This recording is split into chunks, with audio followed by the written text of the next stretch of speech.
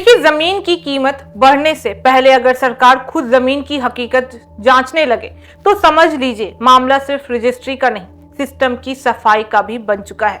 बिहार में जमीन निबंधन को लेकर अब बड़ा बदलाव होने जा रहा है। नमस्कार, मैं फरीदा गजल और आप देख रहे हैं एक न्यूज 24। देखिए, आपको बता दें कि बिहार में जमीन और फ्लैट की रजिस्ट्री को लेकर सरकार ने बड़ा और सख्त फैसला अपना लिया है। बाजार मूल्य दर MVR में संभावित बढ़ोतरी से पहले अब जमीन का निबंधन GIS तकनीक से भौतिक सत्यापन के बाद ही होगा, यानी कागजों के भरोसे से नहीं, बल्कि जमीन की असली स्थिति देखकर ही रजिस्ट्री की अनुमति दी जाएगी।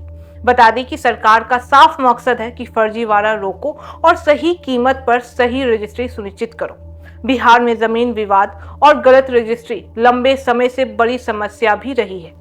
कई मामलों में कागज कुछ कहते हैं और जमीन पर हकीकत कुछ और ही दिखाई देती है। कहीं सरकारी जमीन बिक जाती है तो कहीं सड़क या नाला निजी प्लॉट भी बन जाता है, तो कहीं एक ही जमीन के दो बार रजिस्ट्री हो ही जाती है। अब सरकार इस पूरे सिस्टम को दुरुस्त करने की तैयारी में आ चुका है। इसी कड़ी में फैसला लिया गया है कि जमीन निबंधन से पहले GIS आधारित भौतिक सत्यापन अनिवार्य हो जाएगा, यानी GIS जियोग्राफिक इंफॉर्मेशन सिस्टम के जरिए जमीन की लोकेशन, सीमाएं, रकबा और उपयोग की स्थिति डिजिटल मैप पर देखी जा सकती है। इससे यह भी साफ हो जाएगा कि जमीन वास्तव में वही है या नहीं जिसका कागज दिखाया जा रहा है।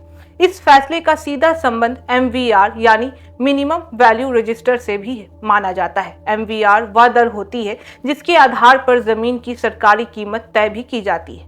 जैसे जैसे शहरों और गांव में विकास हो रहा है, जमीन की कीमतें बढ़ती जा रही है। सरकार भी समय समय पर MVR बढ़ाती है, लेकिन MVR बढ़ने से पहले सरकार यह सुनिश्चित करना चाहती है कि गलत तरीके से रजिस्ट्री कराकर लोग कम कीमत पर जमीन ना बेच दे। इसलिए पहले सत्यापन फिर निबंधन की नीति अपनाई जा रही है। बता दें कि इस नई व्यवस्था के तहत रजिस्ट्री ऑफिस में सिर्फ दस्तावेज देखना काफी नहीं होगा, बल्कि जमीन का डिजिटल रिकॉर्ड, नक्शा और मौके की स्थिति मिलान भी की जाएगी। अगर GIS मैप में जमीन सरकारी, विवादित या सार्वजनिक उपयोग की निकली तो रजिस्ट्री रोक दी जाएगी। बता दें कि इससे आम लोगों को फायदा भी होगा और परेशानी भी झेलना पड़ेगा। फायदा यह होगा कि भविष्य में जमीन विवाद कम होंगे, कोर्ट कचहरी के चक्कर घटेंगे और खरीदार को भरोसा भी मिलेगा कि जमीन सही है या नहीं। और परेशानी यह है कि रजिस्ट्री प्रक्रिया थोड़ी लंबी भी हो सकती है और जल्दी जल्दी सौदा करने वालों को इंतजार भी करना पड़ेगा। बता दें कि सरकार का पक्ष साफ है कि थोड़ी देर ही सही, लेकिन गलत रजिस्ट्री से बचना बेहद जरूरी है। राजनीतिक और प्रशासनिक नजरिए से यह फैसला बेहद अहम भी माना जा रहा है। वहीं आपको बता दें कि जमीन माफिया, दलाल और फर्जीवाड़ा करने वालों पर इसका सीधा असर भी देखने को मिलेगा। वहीं आम किसान, छोटे खरीदार और मध्यम वर्ग को लंबे समय से राहत भी मिलेगी।